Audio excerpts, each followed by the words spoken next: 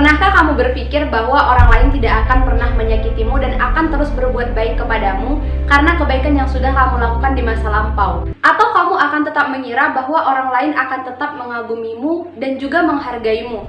Dan ketika kenyataannya terbalik, maka kamu menyalahkan dirimu sendiri dan menganggap bahwa tindakan mereka adalah akibat dari kesalahanmu sendiri. Mungkin kamu sudah terjebak ke dalam apa yang dikatakan oleh self-betrayal. Self-betrayal adalah sebuah kondisi di mana kita terus-terusan menyalahkan diri kita sendiri akibat kesalahan ataupun tindakan yang dilakukan oleh orang lain kepada kita. Seperti ketika orang lain menyakiti kita, tidak menghargai kita, dan bahkan berbuat semena-mena kepada kita. Dan kita menganggap bahwa apa yang mereka lakukan semuanya adalah disebabkan oleh kesalahan dari kita sendiri. Bagaimana sih ciri-ciri orang yang terjebak ke dalam self-betrayal?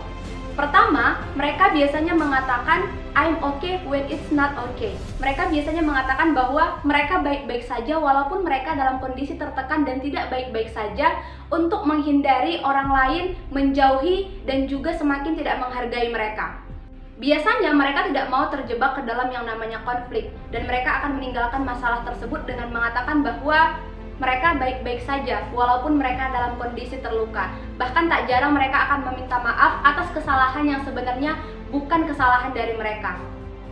Ciri yang kedua adalah seseorang yang mengalami self-betrayal biasanya terlalu berlebihan untuk menunjukkan rasa kasih sayang dan juga kepedulian mereka terhadap orang lain.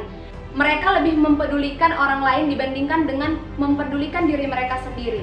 Mereka ingin meyakinkan semua orang bahwa mereka sangat menghargai dan juga sangat peduli terhadap orang lain.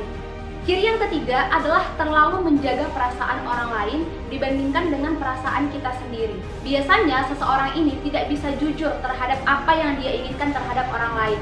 Malah dia terus-menerus mencoba untuk membuat orang lain bahagia, tetapi tidak pernah meminta orang lain untuk melakukan hal yang sama terhadap apa yang sudah mereka lakukan. Ciri yang keempat adalah kita merasa tidak bisa melakukan apa-apa dan kita merasa tidak layak atau unworthy. Kita terus-terusan mengatakan bahwa kita tidak bisa melakukan apa-apa sehingga kita terus-terusan menyalahkan diri kita sendiri terhadap sesuatu hal yang tidak bisa kita capai dan kita raih. Lalu, bagaimana caranya supaya kita tidak terjebak ke dalam apa yang namanya self-betrayal? Pertama, becoming more self-compassionate. Kita harus lebih menyayangi diri kita sendiri. Kita harus mendorong diri kita sendiri untuk tidak terlalu melakukan apa yang orang lain inginkan terhadap diri kita sendiri. Kita harus terus mendorong diri kita untuk senantiasa tenang, bukan stres dan cemas terhadap apa yang orang lain pikirkan tentang kita. Kita harus lebih menenangkan diri kita sendiri dibandingkan terus-terusan menghakimi dan menyalahkan diri kita akibat tindakan orang lain yang tidak kita sukai. Kita harus menghibur diri sendiri dibandingkan terjebak dalam kecemasan dan juga stres yang kita alami. Cara yang kedua, be honest about what you and your friend doesn't like. Kamu harus lebih jujur mengatakan apa yang kamu tidak suka terhadap orang lain dan apa yang tidak orang lain suka terhadap kamu. Sehingga harus dimulai dengan sebuah keterbukaan sehingga kamu tidak terjebak ke dalam apa yang namanya self-betrayal. Jangan segan untuk mengatakan bahwa kita tidak menyukai tindakan orang lain kepada kita dan bahkan kita terganggu terhadap sikap orang lain kepada kita. Cara yang ketiga, be brave to say yes or no.